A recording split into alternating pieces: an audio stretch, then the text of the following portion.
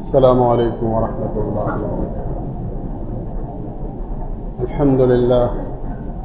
الحمد للہ رب العالمین، والصلاة والسلام علی اشرف الانبیاء والمرسلین وعلی آلہ واصحابہ اجمعین،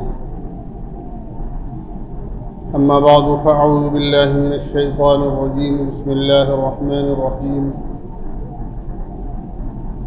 ومن احسن قولا ممن دعا الى اللہ وعمل صالحا وقال اننی من المسلمین، صدق اللہ العظیم۔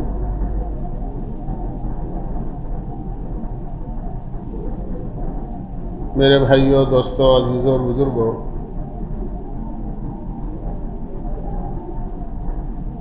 ماہ رواں ربیع الاول کا مہینہ ہے، اور ہم سب جانتے ہیں کہ ربیع الاول کے مہینے سے حضور اکرم صلی اللہ علیہ وسلم کی حیات طیبہ کے بہت سارے مخصوص پہلوؤں کا تعلق ہے، بلکہ 3 واقعات ایسے ہیں جو اس مہینے کے اندر رونما ہوئے ہیں۔ ایک تو اللہ کے نبی علیہ السلام کی تشریف آوری، وہ بھی ربیع الاول کے مہینے میں ہوئی ہے۔ اسی طرح آپ نے مکہ مکرمہ سے ہجرت فرما کر مدینہ منورہ آپ تشریف لے گئے، وہ بھی ربیع الاول ہی کا مہینہ تھا۔ پھر اللہ کے نبی علیہ السلام نے دنیا سے پردہ فرمایا، تو وہ بھی ربیع الاول ہی کا مہینہ تھا۔ یہ 3 واقعات اس مہینے کے ساتھ خاص تعلق رکھتے ہیں۔ اللہ کے نبی علیہ السلام کا ذکر خیر چاہے جس موقع پر ہو، اس مہینے میں ہو یا کسی اور مہینے میں ہو، کسی بھی موقع پر ہو، باعث خیر ہے، برکت ہے، ثواب کی چیز ہے اور ایک اچھا عمل ہے، اس لیے کہ اللہ کے نبی علیہ السلام اللہ کے محبوب ہیں اور وجہ تخلیق کائنات ہیں، یعنی ساری کائنات کو بنانے کا جو مقصد ہے وہ اللہ کے نبی علیہ السلام کی ذات مبارک ہے۔ اگر اللہ تعالیٰ آپ کو پیدا فرمانے کا ارادہ نہیں کرتے تو کائنات کی کسی چھوٹی بڑی چیز کو پیدا نہیں فرماتے، یہ چیز طے ہے اور یقینی چیز ہے۔ تو آپ کا ذکر مبارک چاہے جس موقع پر ہو، جس مہینے میں ہو، جس وقت ہو، یقیناً باعث خیر و برکت ہے۔ لیکن ایک ہوتا ہے کسی کا صرف تذکرہ، اور ایک ہوتا ہے اس تذکرے کے مطابق عمل، اور دونوں چیزوں میں رات دن کا فرق ہے۔ اللہ کے نبی علیہ السلام کی بعثت کا جو مقصد ہے وہ قرآن کریم میں اللہ نے بیان فرمایا ہے، هو الذی ارسل رسولہ بالہدی ودین الحق لیظہرہ علی الدین کلہ۔ اللہ تعالیٰ فرما رہے ہیں ہم نے بھیجا ہی اپنے رسول کو اس وجہ سے ہے تاکہ ہم آپ کی وجہ سے دین کو زندہ کریں۔ تو آپ دنیا میں دین کو زندہ کرنے اور دین کو پھیلانے کے لیے تشریف لائے، تو اگر کوئی آدمی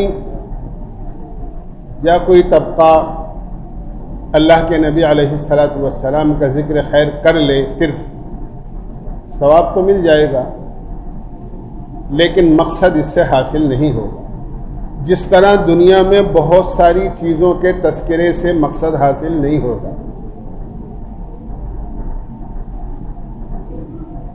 یہ ایک کھلی ہوئی بات ہے اور سب کے مشاہدے کی چیز ہے۔ ایک آدمی کو بھوک لگ رہی ہے اور اسے روٹی کی ضرورت ہے، تو اگر وہ تسبیح لے کر 100 مرتبہ نہیں 1000 مرتبہ بھی روٹی روٹی پکارے تو اس کا پیٹ نہیں بھرے، یہ ہم سب جانتے ہیں۔ ایک آدمی کو پیاس لگ رہی ہے اور وہ پانی کا گلاس یا ٹھنڈے پانی کی تسبیح پڑھ لے اور 100 مرتبہ نہیں 1000 نہیں 10,000 مرتبہ بھی اگر وہ پانی کی تسبیح پڑھے تو اس کی پیاس نہیں بجھے۔ تو ایک کسی چیز کا خالی تذکرہ ہوتا ہے اور ایک کسی چیز کی حقیقت اور اس پر عمل ہوتا ہے۔ جب دنیا میں اس طرح کے تذکروں سے دنیا کے معاملات حل نہیں ہو پاتے تو آدمی کی زندگی کیسے اللہ کی پسندیدہ بن جائے گی؟ صرف تذکرے سے، بلکہ اللہ کے نبی کا مقصد ہی دنیا میں تشریف لانے کا اللہ کے دین کو زندہ کرنا ہے۔ تو جب تک ہم اپنی زندگیوں میں دین کو زندہ نہیں کریں گے اس وقت تک مقصد حاصل نہیں ہوگا۔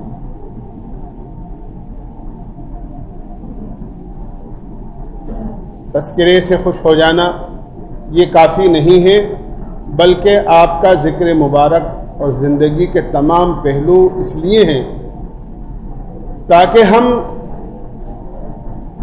اپنی زندگی کو ایسا ہی بنائیں۔ قرآن کریم میں اللہ تعالیٰ نے جناب رسول اللہ صلی اللہ علیہ وسلم کے تعلق سے فرمایا ہے، لَقَدْ كَانَ لَكُمْ فِي رَسُولِ اللَّهِ أُسْوَةٌ حَسَنَةٌ، اللہ کے نبی علیہ الصلاۃ والسلام کو ہم تمہارے لیے زندگی بنانے کے لیے بہترین نمونہ بنا کر بھیج رہے ہیں، بہترین نمونہ بنا کر بھیج رہے ہیں۔ بالکل بعینہ ہی ہم دنیا کی چیزوں میں اس کی مثال سمجھیں۔ آپ کسی کو سیمپل دیتے ہیں، یہ کام ایسا بنانا ہے، مثلا آپ نے درزی سے کپڑے سلوائے، مثال دے رہا ہوں، آپ نے اپنے ناپ کا کرتا دے دیا کہ آپ یہ میرا کرتا سیئیں گے اور یہ کرتا بنانا ہے آپ کو، اور یہ ناپ کا کرتا دے رہا ہوں، اس ناپ کا سلے۔ ظاہر سی بات ہے درزی کپڑا سینے والا اس کی آستین بھی دیکھے گا کتنی لمبی ہے، اتنی ہی لمبی آستین رکھنا ہے، آستین کتنی چوڑی ہے اس کی چوڑائی بھی اسی انداز کی رکھے گا، اس کا گریبان کتنا ہے اس کو بھی ایسا ہی رکھے گا، اس کا دامن، ایک ایک چیز کا ناپ لے کر ہو بہو اگر وہ کرتا آپ کا سیتا ہے تو آپ خوش ہوتے ہیں اور اس کو یقیناً اس کی مزدوری کا مستحق سمجھتے ہیں۔ اور اگر خدا نہ خواستہ اس نے آستین تو آپ کے پسند کی بنا دی لیکن باقی چیز اس نے اپنی مرضی کی بنائی اور ناپ کی نہیں سی، آپ کیا کہیں گے اس؟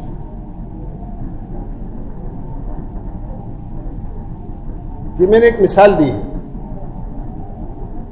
ہر آدمی اپنے دنیا کے کاموں پر اس کو فٹ کر کے دیکھ لے کہ ایک چیز نمونہ ہوتا ہی ہوتی ہے، اور نمونے کا مطلب یہ ہوتا ہے کہ جیسی یہ چیز ہے ایسی بناؤ۔ ایسے ہی اللہ تعالیٰ نے جناب رسول اللہ صلی اللہ علیہ وسلم کے لیے فرمایا کہ آپ پوری زندگی کے لیے نمونہ ہیں۔ تو اس کا مطلب یہ نہیں ہے نماز تو آپ جیسی پڑھ لو، باقی شادی جیسے چاہو کرو۔ یہ ایسے ہی ہے جیسے آستین ہمارے بتائی ہوئی بنا دی اور باقی سارے کام درزی نے اپنے مطلب کے کر دیے، اپنی مرضی سے۔ آپ قطعاً پسند نہیں کرتے۔ آپ کا قیمتی کپڑا ہے، آپ اس سے کپڑے کی قیمت وصول کر لیں گے۔ میرا کپڑا بگاڑ دیا آپ نے، بہت قیمتی کپڑا تھا. تو ایسا نہیں ہے کہ ایک کام کوئی بھی جو اپنی پسند کا ہو کہ بھائی میٹھا کھانا سنت ہے، لو بھائی میٹھا کھاؤ. تو خالی میٹھا ہی کھانا تھوڑی سنت ہے، اور بھی تو سنتیں ہیں. اس لیے کسی بھی ایک پہلو پر زور دے کر اگر وہ اپنی مرضی کے مطابق ہے تو اس کو اختیار کر لینا، اور اللہ کے نبی کی حیات طیبہ کے باقی پہلوؤں کو چھوڑ دینا، یہ اللہ کے نبی علیہ الصلاۃ والسلام کی ذات کے ساتھ سب سے بڑی ناانصافی.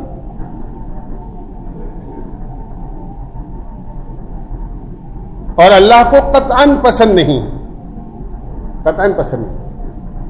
میں عرض کرتا رہتا ہوں، بنی اسرائیل کو اللہ تعالیٰ نے مخاطب کیا تھا کہ نبی تمہارے لیے جو تعلیم لے کر آئے ہیں، جو کتاب ہم نے آسمان سے بھیجی ہے، اس پر پورا پورا عمل کرو.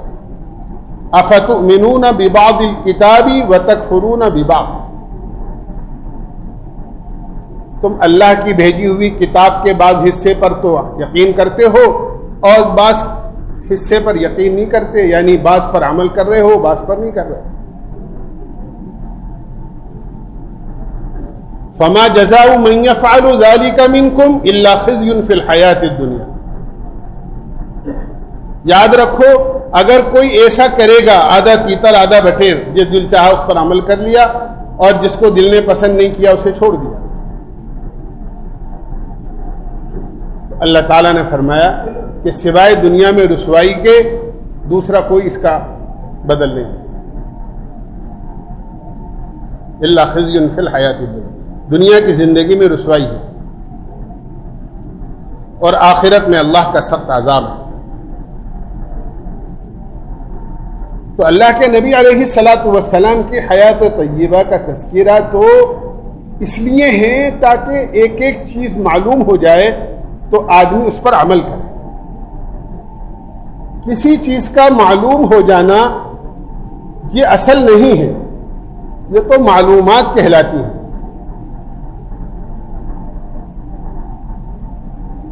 آدمی نے کسی چیز کو جان لیا بس کافی، ایسا نہیں.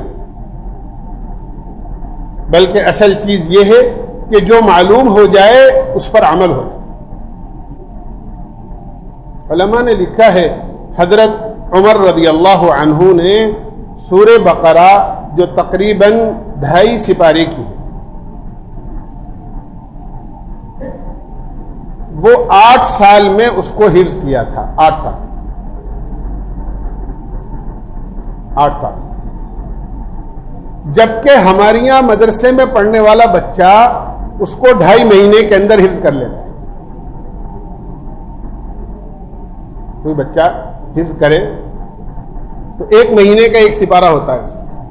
عام طور سے کچھ بچے بہت جلدی کر لیتے ہیں. میں نے بتایا تھا ابھی ایک بچے نے مرکز میں جو مدرسہ چلتا ہے 7 سال کا بچہ ہے، اس نے 7 مہینے میں پورا قرآن حفظ کر لیا. ایسا بھی ہوتا ہے. لیکن عام طور سے جو قرآن پاک ہوتے ہیں حفظ کرنے والے، اس میں 20 صفحات کا 1 سپارہ ہوتا ہے. بچہ 1 صفحہ یاد کرتا ہے تو 20 دن میں اس کا 1 سپارہ ہوتا ہے. جمعے کی چھٹیاں بھی ہوتی ہیں، کوئی بیماری آزاری بھی ہوتی ہے، سب کچھ نکال کر 1 مہینے میں 1 سپارہ، تو 2.5 مہینے میں 2.5 سپارے ہوتے ہیں. تو ہمارے یہاں بچہ 2.5 مہینے میں سورہ بقرہ حفظ کر لیتا ہے. حضرت عمر نے 8 سال کے اندر کیسے یاد کی؟ ان کا ذہن کمزور تھا، وہ عربی زبان نہیں جانتے تھے. لیکن مطلب یہی تھا کہ 8 سال میں سورہ بقرہ 2.5 سپارے کی سورت یاد کرنے کا مطلب یہ تھا کہ جو کچھ جان لیتے تھے وہ کوشش کرتے تھے کہ یہ عمل میں آ جائے، پھر اگلا سبق لیں. وہ قطعاً اس کو مناسب نہیں سمجھتے تھے کہ ایک چیز کو جان لینا کافی ہے بس، چاہے عمل ہو یا نہ ہو. بلکہ ایک سبق لیا اور سبق لینے کے بعد اس کو یاد بھی کرنا ہے اور اس کو عمل میں لانا ہے، اس کے بعد پھر اگلا سبق ہے. ہم لوگوں میں یہ بات نہیں ہے. ہم لوگ صرف جان لینے کو کافی سمجھتے ہیں. ہاں بھائی آپ بات کرو کسی سے, آدمی بہت جلدی کہہ دیتا ہاں مجھے معلوم ہے, ہاں میں بھی جانتا ہوں. اللہ کے یہاں جاننا اصل نہیں ہے. میں عرض کرتا ہوں, حدیث میں آتا ہے اللہ کے نبی علیہ الصلاۃ والسلام نے ارشاد فرمایا, قیامت میں آدمی کے قدم حساب کی جگہ سے اس وقت تک ہٹ نہیں سکیں گے جب تک کہ وہ اللہ تعالیٰ کو 5 سوالوں کا معقول جواب نہیں دے دیں. اس میں جو 5واں سوال ہے وہ یہی ہے کہ جتنا جانتے تھے یہ بتاؤ اس پر عمل کتنا کیا. 5واں جو سوال ہے اس میں وہ یہی کہ جتنا جانتے تھے اس پر کتنا عمل کیا یہ بتاؤ.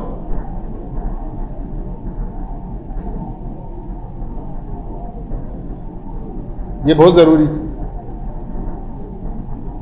اس لیے عمل اصل چیز ہے. اللہ کے نبی علیہ الصلاۃ والسلام کی پوری حیات طیبہ اللہ کے اوامر پر عمل کرنا اور اللہ کی منع کی ہوئی چیزوں سے رک جانا, یہ سب سے بڑا سبق ہے. کہ جو اللہ کی پسندیدہ چیزیں ہیں وہ ہر مسلمان کی زندگی میں آ جائیں, اور جو اللہ کی ناپسندیدہ چیزیں ہیں جس نے اللہ سے جس کو اللہ نے منع کیا ہے, جس کام کرنے سے اللہ نے روکا ہے, آدمی اس سے رک جائے. اصل چنانچہ ایک آیت میں پورا دین اللہ کے نبی علیہ الصلاۃ والسلام کے راستے سے اللہ نے بتا دیا, وَمَا آتَاكُمُ الرَّسُولُ فَخُذُوهُ وَمَا نَهَاكُمْ عَنْهُ فَانْتَهُوا. بس تمہارا دین اتنا ہے کہ اللہ کے نبی جو تمہیں کہیں اسے کر لو, اور اللہ کے نبی جس چیز سے تمہیں منع کرے اس سے رک جاؤ. بس اسی کا نام دین ہے. یہ سارے دین کا خلاصہ بیان ہے کہ پیغمبر خدا صلی اللہ علیہ وسلم جو تمہیں دے اسے لے لو, اور جس سے روکے اسے رک جاؤ. بس یہ سارا دین ہے. یہ اصل چیز. اور صحابہ کرام جنہوں نے اللہ کے نبی علیہ الصلاۃ والسلام کے پاس رہ کر تربیت پائی تھی, ان کا یہی کام تھا کہ ایک چیز معلوم ہو جانا. ایسا ہو نہیں سکتا تھا کہ اللہ کے نبی علیہ الصلاۃ والسلام سے کوئی بات سنی انہوں نے اور اس پر عمل نہ کیا, بلکہ ایسے عمل کرنے والے تھے کہ عبداللہ ابن مسعود رضی اللہ عنہ نماز کے لیے تشریف لا رہے ہیں. اللہ کے نبی کے زمانے میں مسجد بہت چھوٹی تھی, کھجور کے چھالوں سے اس کی چھت بنی ہوئی تھی, اور کھجور کے تنوں سے اس کے پلر بنے ہوئے تھے, اور اسی سے اس کا چاروں طرف کی 4 دیواری تھی. اگر دھوپ آتی تھی تو دھوپ بھی چھن کر اندر آتی تھی, اور بارش برستی تھی تو بارش بھی اندر آتی تھی, اور اگر سردی میں ٹھنڈی ہوا چلتی تھی تو اس سے روک کا بھی کوئی انتظام نہیں تھا.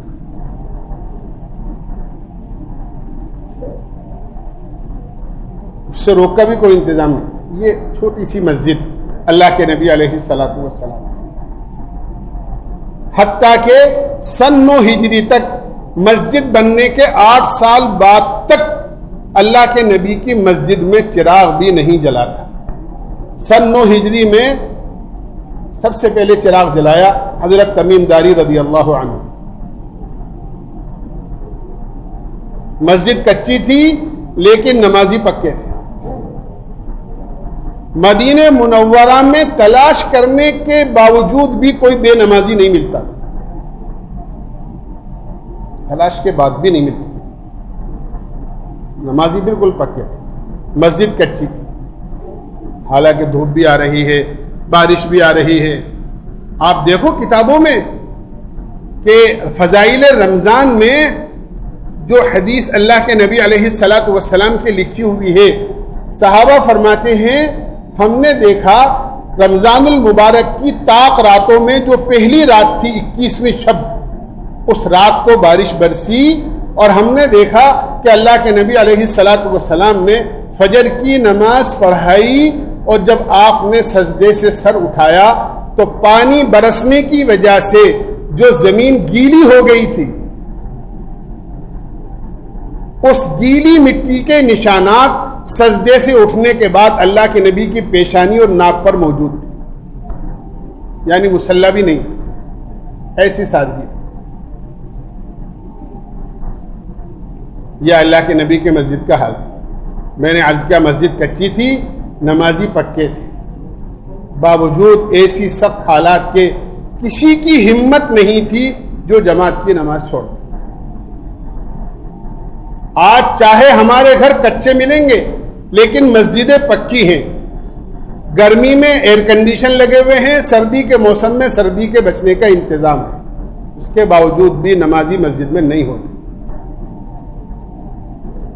اپنے گھروں سے اچھی مسجدیں ہیں محلے کی، اس کے باوجود بھی ہمارا دل مسجد میں نہیں لگتا۔ آپ کسی بھی مسجد کا حال دیکھ لو، جب امام صاحب سلام پھیرتے ہیں تو بعض لوگ تو ایسے ہوتے ہیں جن کو یہ خواہش ہوتی ہے کہ کیسے میں اپنی سنتیں بالکل دروازے کے پاس جا کر پڑھوں تاکہ جلدی سے اپنی سنتیں پڑھ کر دروازے سے باہر نکلیں۔ ان کو یہ بھی خیال نہیں ہوتا کہ ہمارے دروازے کے پاس یا بالکل آخر صف میں نماز پڑھنے کی وجہ سے کسی گزرنے والے کو کتنی تکلیف ہوگی کہ اس کو ہمارے پیچھے سے ہو کر گزر کے جانا پڑے۔ یہ بھی احساس نہیں، سب مسجدوں میں دیکھ لینا، اور وہ صرف اس لیے زیادہ دیر مسجد میں رہنا نہ پڑے تاکہ جلدی سے نماز پڑھیں اور جلدی سے وہیں سے دروازے سے باہر چلیں۔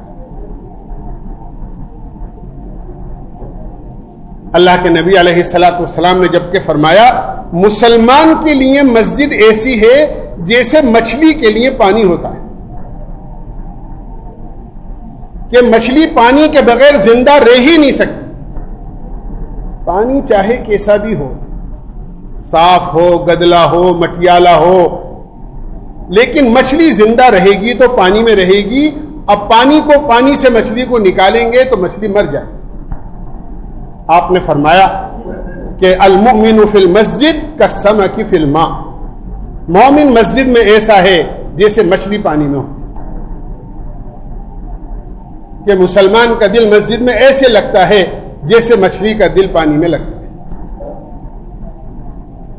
آج میں تو یہ کر رہا تھا، بات دوسری طرف چلی گئی کہ چھوٹی سی مسجد تھی، آپ منبر پر خطبہ دے رہے ہیں، کچھ لوگ آپ کی تقریر کو، آپ کے بیان کو، آپ کے خطبے کو مسجد میں کناروں پر کھڑے ہو کر سن رہے تھے۔ آپ نے کھڑے ہوئے لوگوں سے فرمایا بیٹھ جاؤ، بیٹھ کر سنو۔ عبداللہ ابن مسعود رضی اللہ عنہ مسجد میں نماز کے لیے آ رہے تھے، راستے میں تھے، چونکہ مسجد چھوٹی تھی، منبر سے آپ نے بیٹھنے کے لیے کہا تو آپ کی آواز عبداللہ ابن مسعود تک پہنچ گئی۔ عبداللہ ابن مسعود راستے میں چلتے چلتے وہیں بیٹھ گئے۔ آپ کو یہ کہنا پڑا کہ عبداللہ میں تم سے نہیں کہہ رہا ہوں، میں تو کنارے پر کھڑے ہوئے لوگوں سے کہہ رہا ہوں۔ عبداللہ ابن مسعود کہنے لگے اللہ کے رسول میں نے آپ کی آواز سنی بیٹھ جاؤ، تو عبداللہ ابن مسعود کی مجال نہیں تھی کہ آپ کا اس حکم کے سننے کے بعد میں کھڑا رہوں، میں تو راستے ہی میں بیٹھ گیا۔ یہ میں آپ کو ایک مثال دے کر میں نے عرض کیا ہے، اللہ کے نبی علیہ الصلاۃ والسلام کی بات پر صحابہ عمل کرنے کے ایسے مشتاق رہتے تھے کہ وہ یہ نہیں سوچتے تھے کہ ذرا تحقیق تو کر لو کس سے کہا جا رہا ہے، مجھ سے کہا جا رہا ہے کسی اور سے کہا جا رہا ہے۔ اتنی مجال نہیں تھی، اتنی دیر نہیں لگاتے تھے۔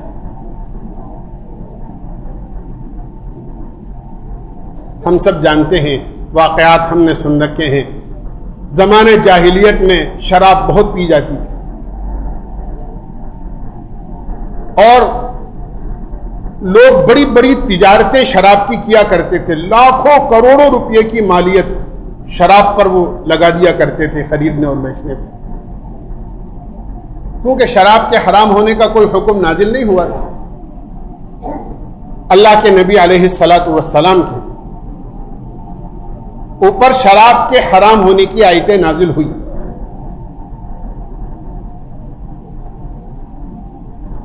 اللہ کے نبی علیہ الصلاۃ والسلام نے اعلان کرایا مدینے میں کہ اعلان کر دو اللہ کا حکم نازل ہو گیا ہے، شراب حرام ہو گئی۔